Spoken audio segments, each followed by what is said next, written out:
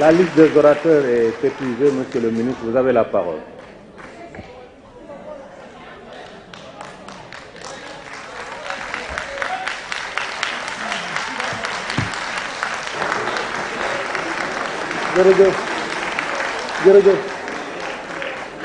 Je vous remercie. Monsieur le Président de l'Assemblée nationale, Monsieur le ministre, chers collègues, Mesdames et Messieurs, honorables députés, mon premier mot va être un mot de remerciement à l'endroit de la Commission des lois, dont j'ai entendu tout à l'heure le rapport. Monsieur le Président, je vous remercie pour l'atmosphère de travail dans laquelle vous nous avez installés. Nous avons pu échanger avec les membres de la Commission sur la teneur du projet de révision de la Constitution. Et nous voudrions vous féliciter pour la qualité du rapport qui a été lu tout à l'heure. Je voudrais aussi, Monsieur le Président de l'Assemblée nationale, remercier les honorables députés qui ont pris la parole depuis ce matin, qui pour nous féliciter, qui pour nous remercier, qui pour nous encourager, qui pour formuler des questions pertinentes, qui parfois même pour formuler des propositions d'amendement dont votre Assemblée jugera la pertinence pour améliorer la qualité des textes. Cela dit, tout à l'heure nous avons parlé d'un honorable député, distingué député, parce que président du groupe parlementaire de l'opposition, l'honorable Birame Souleye Diop. Et lorsque j'ai quitté les travaux de la commission, j'ai dit à Monsieur le Président de la République, Excellent, j'ai été impressionné par la belle unanimité des députés qui ont tous plaidé la clémence en faveur de leur collègue, l'honorable Birame Souleye Diop. Et je leur ai dit l'autre jour que quand j'ai entendu les députés parler d'une seule voix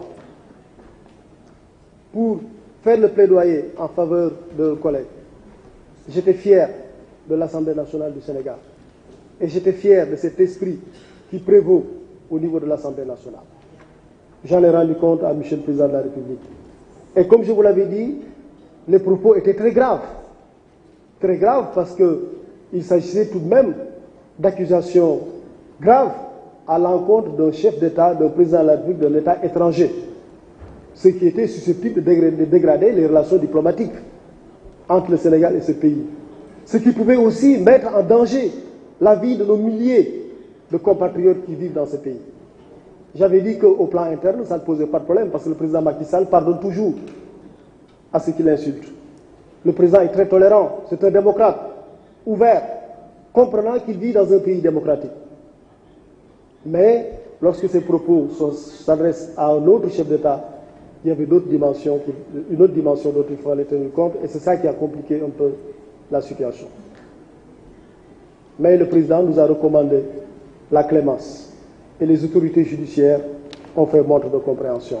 Et l'honorable Birame Souleye Diop a pu retrouver sa famille. Et c'est ça le Sénégal. Il n'y a pas aujourd'hui une volonté du pouvoir de traquer des politiques, de traquer des opposants, de mettre des gens en prison. Pas du tout. Pas du tout. Ce n'est pas ce qui intéresse le pouvoir. Ce n'est pas ce qui intéresse M. le Président de la République. Mais nous sommes un pays où l'État doit assurer ses missions régaliennes. Quand il y a des gens qui se lèvent pour casser, quand il y a des gens qui se lèvent pour troubler l'ordre public, pour piller, il faut que l'État soit debout. Sinon, l'État ne respecte pas sa mission régalienne.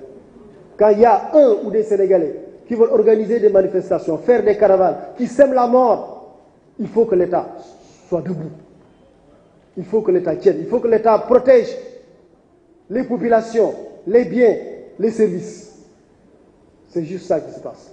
Les gens qui sont en prison, ce ne sont pas des innocents. Il n'y a aucun innocent en prison. Ou alors ce serait par erreur. Ceux qui sont en prison, ce sont des gens qui ont été arrêtés sur les théâtres des opérations, en train de prendre part à des manifestations interdites, en train de piller, en train de casser des magasins, en train de brûler des maisons des gens.